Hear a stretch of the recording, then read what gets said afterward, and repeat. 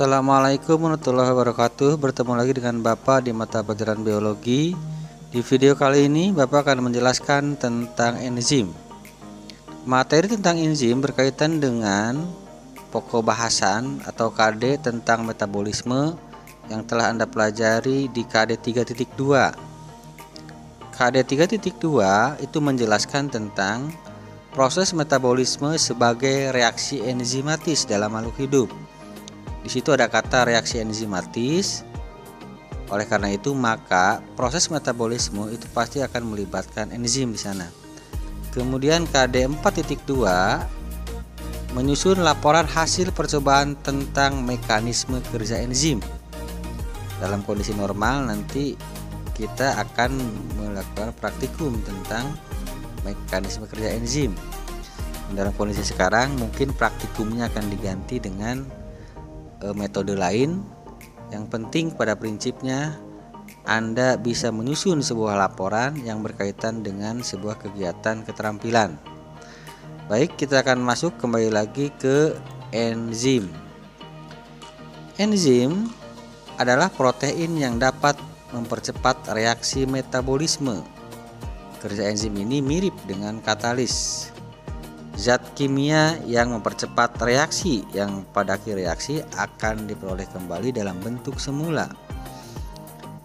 Katalis merupakan sebuah komponen yang berfungsi untuk mempercepat reaksi, tetapi pada akhir reaksi dia akan kembali ke bentuk semula.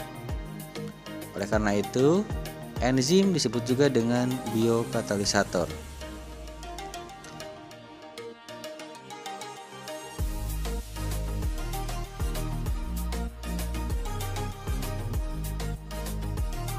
Enzim mempercepat reaksi dengan cara menurunkan energi atau yang disebut dengan energi aktivasi yang diperlukan untuk berlangsungnya reaksi tersebut. Tanpa adanya enzim, reaksi metabolisme yang terjadi dalam tubuh akan berlangsung sangat lama. Oleh karena itu, mari kita bahas satu persatu. Yang pertama, kita akan membahas tentang komponen enzim.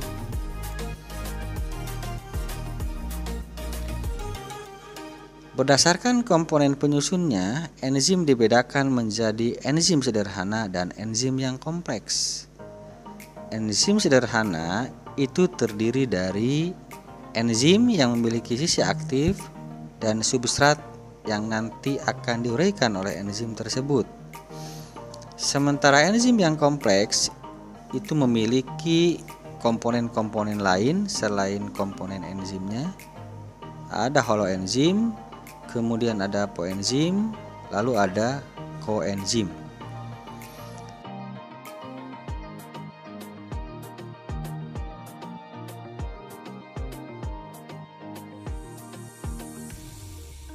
Nama lain enzim disebut juga dengan istilah holoenzim. Enzim strukturnya yang pokok terdiri atas dua bagian, yaitu apoenzim. Apoenzim merupakan bagian protein dari enzim dari atas dua bagian, yaitu apoenzim. Apoenzim merupakan bagian protein dari enzim dan bersifat tidak tahan panas atau termolabil.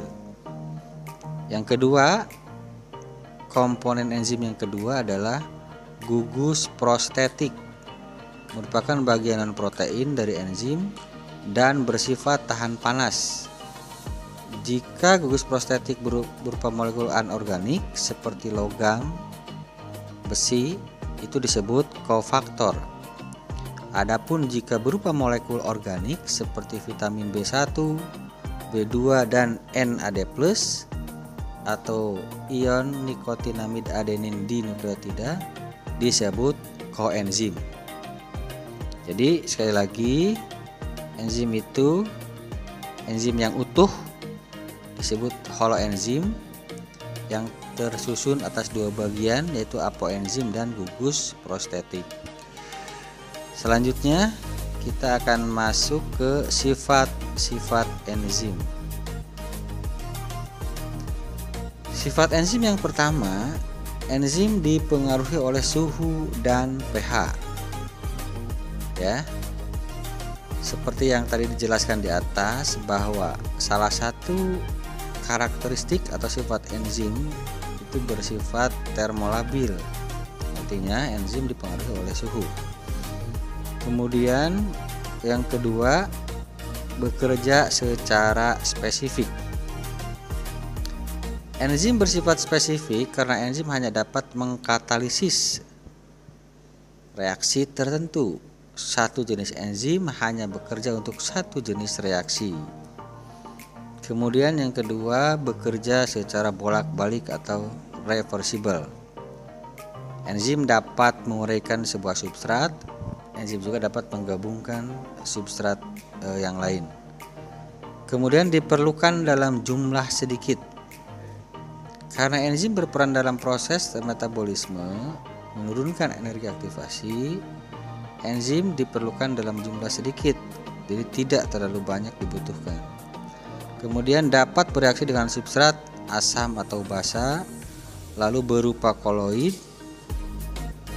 Kemudian dapat digunakan berulang kali. Itu yang termasuk ke dalam sifat-sifat enzim. Selanjutnya, mekanisme kerja enzim. Di sini Anda lihat grafik energi aktivasi enzim.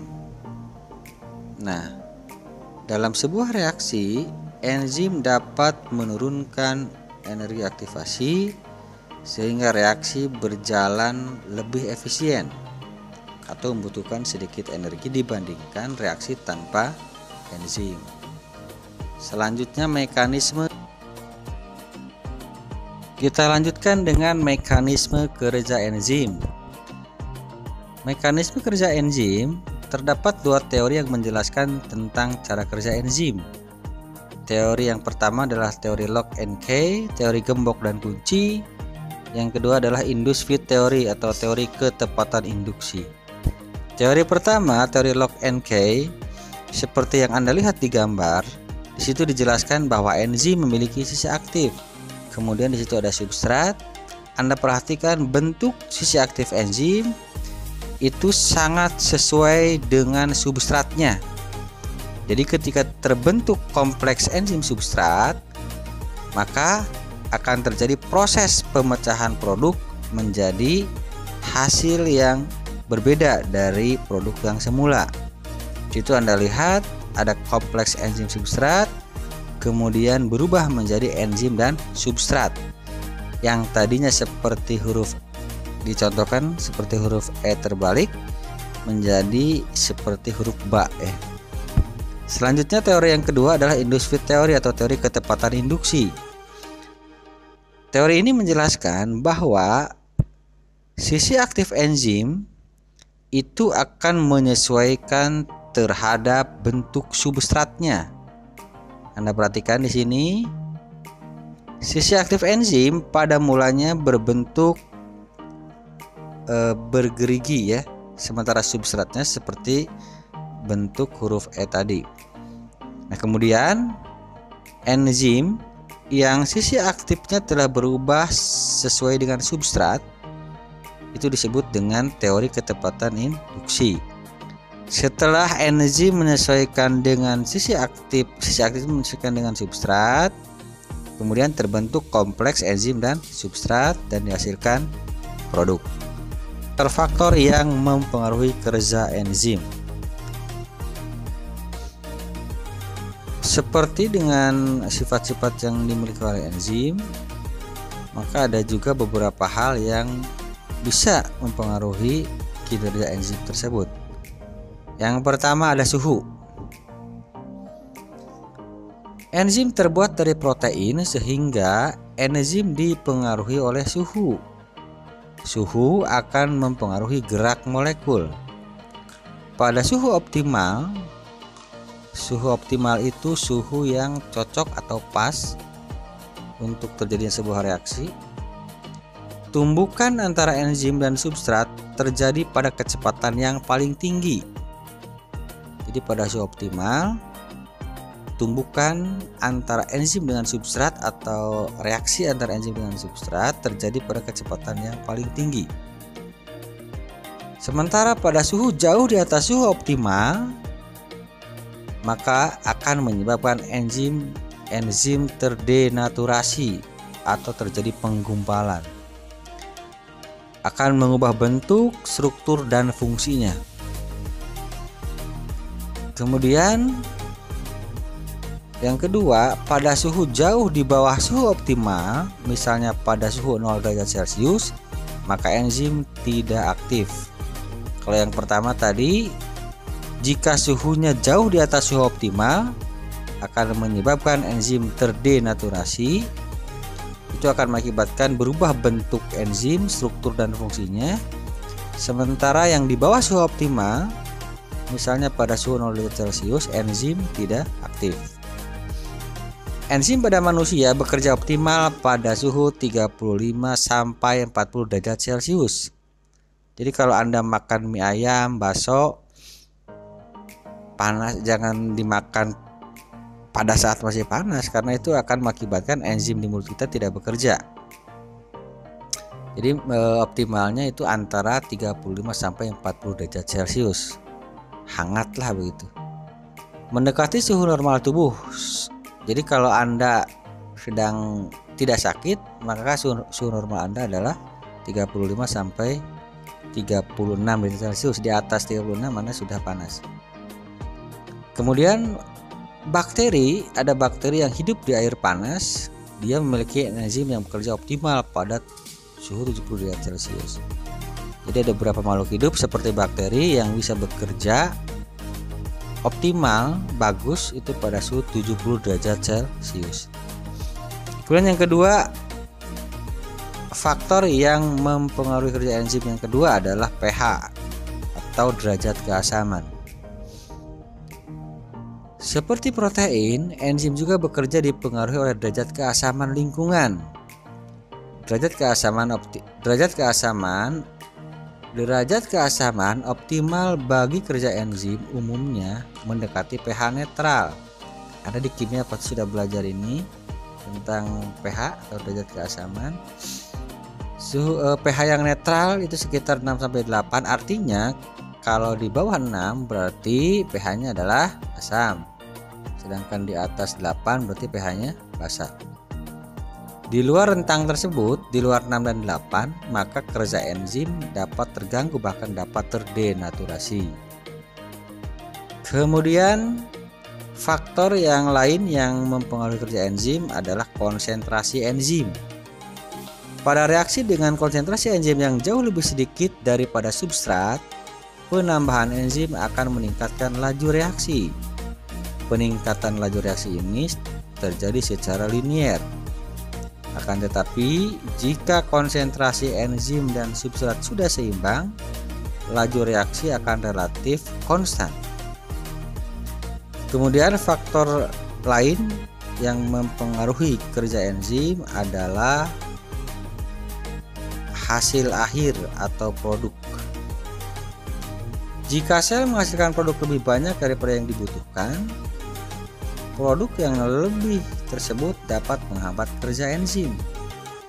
Hal ini dikenal dengan feedback inhibitor. Jika produk yang berlebih habis digunakan, kerja enzim akan kembali normal. Kemudian faktor yang lain adalah konsentrasi substrat.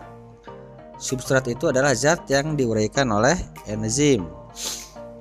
Pada reaksi dengan konsentrasi enzim yang jauh lebih sedikit daripada substrat,